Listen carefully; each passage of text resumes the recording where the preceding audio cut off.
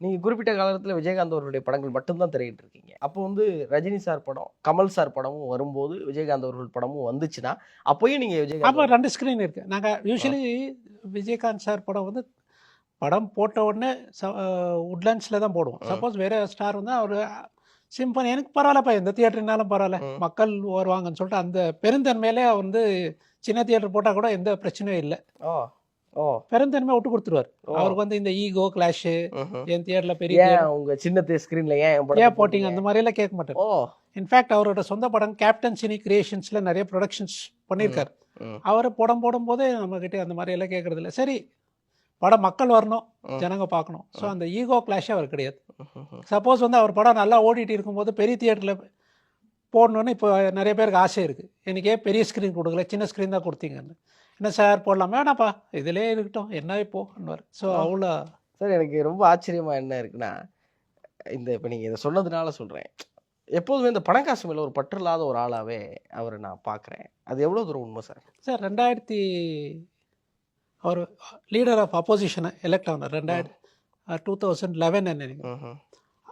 ஏன்னா தியேட்டரில் வந்து போட்டிருக்கேன் ஃபஸ்ட்டு அவருக்கு போய் காம்ப்ளிமெண்ட் பண்ணுறதுக்கு போய் பொக்கேவும் எல்லாம் எடுத்துன்னு போனேன்.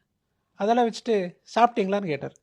இல்லை சார் இப்போ தான் இல்லை இல்லை நீங்கள் ஏதாவது சாப்பிட்டு தான் போகணும்னு சொல்லிட்டு அவர் வந்து லீடர் ஆஃப் அப்போசிஷனு. அப்போ தான் வந்து யூஎஸ் டெப்டி கவுன்சில் அவர் பார்த்துட்டு போகிறார். உட்கார வச்சு சாப்பிட்டு தியேட்டரில் என்ன எப்படி நடத்துகிறீங்க, கஷ்டமாக இருக்கா சொல்லுங்க, உங்களுக்கு ஏதாவது வேணும்னா நான் சபையில் பேசுகிறேன். இல்லை சார் நல்லா இருக்கு, எந்த பிரச்சனையும் இல்லைன்னு சொன்னார். ஸோ அவர் அந்த பொசிஷன் வந்தாலும் அவர் எங்களை பற்றி கவலைப்படுறது தான் ஒரு பெரிய விஷயம். அவர் நடிகர் சங்கத்தில் இருந்தப்போ அவருடைய ஆக்டிவிட்டீஸ் எல்லாம் பயங்கர பீக்கில் இருந்தது. அப்போ நீங்கள் நிறைய விஷயங்கள் கேள்விப்பட்டிருப்பீங்க. அதில் உங்களுக்கு ரொம்ப பிடிச்ச அல்லது உங்களுக்கு ரொம்ப கவர்ந்த விஷயம் ஏதாவது இருக்கு? இல்லை அப்போ வந்து இப்போ வந்து அந்த ஸ்டார் பிரச்சனை பண்ணாங்க, இந்த ஸ்டார் பிரச்சனை, அப்போ அந்த மாதிரி பிரச்சனையே நாங்கள் கேள்விப்பட்டது கிடையாது. எல்லாம் நீட்டாக வந்து இந்த ஷூட்டிங் போகாமல் இருக்கிறது, இந்த பிரச்சனைக்கு இப்போ தான் நாங்கள் கிசி செய்தியெல்லாம் பார்க்குறோம். அப்போல்லாம் எதுவுமே கிடையாது. க்ளீனாக எந்த பிரச்சனையும் இல்லாமல் அதை ஒரு 4 கதவுக்குள்ளேயே அவர் சால்வ் பண்ணிவிடுவார். இப்போ தான் வெளியில் செய்திகள் வருது. அப்போது வந்து அவர் அந்த மாதிரி ஒரு நல்ல ஸ்டேட்மேன்ஷிப்பு, ஒரு தலைவர்னு ப்ரூவ் பண்ணிட்டார் நடிகர் சங்கத்தில். சார் விஜயகாந்த் அப்படிங்கிற ஒரு வார்த்தை கேட்ட உடனே உங்களுக்கு முதல்ல மனசில் தோன்றது என்னவா சார் இருக்கும்? திருப்பி இந்த மாதிரி இன்னொரு ஆள் வருவாரான்னு சொல்லி தான் கஷ்டமாக இருக்குது. உங்கள் கெரியரில் நீங்கள் நிறைய திரை நட்சத்திரங்களை பார்த்துருக்கீங்க, நிறைய பேருடைய படங்களை திரையிட்டிருக்கீங்க, நிறைய 100 நாட்கள் படங்கள் பார்த்துருக்கீங்க, நிறைய வெள்ளி விழாக்கள் கண்டிருக்கீங்க. இதில் விஜயகாந்த் அவர்களுக்கான தனித்துவம் என்ன அப்படின்னா? Sir easy accessibility.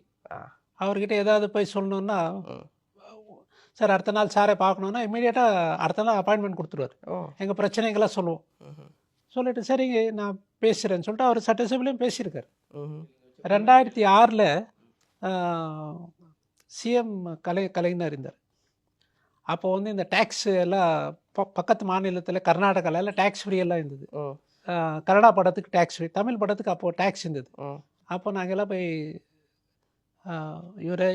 இவரும் ஒரு காரணம் தான். அப்போ 2006 கலைஞர் வந்து தமிழ் படத்துக்கு டேக்ஸ் இல்லாமல் இருக்கிறதுக்கு இவரும் ஒரு காரணம் தான். விஜயகாந்த் சாரோட ப்ரெஷரில் தான் அந்த டேக்ஸ் எடுத்தாங்க. அப்போலேருந்து இப்போ சினிமாங்கள் நிறைய வளருது. ஸோ அது மூல காரணம் இவரும் ஒரு காரணம் தான்.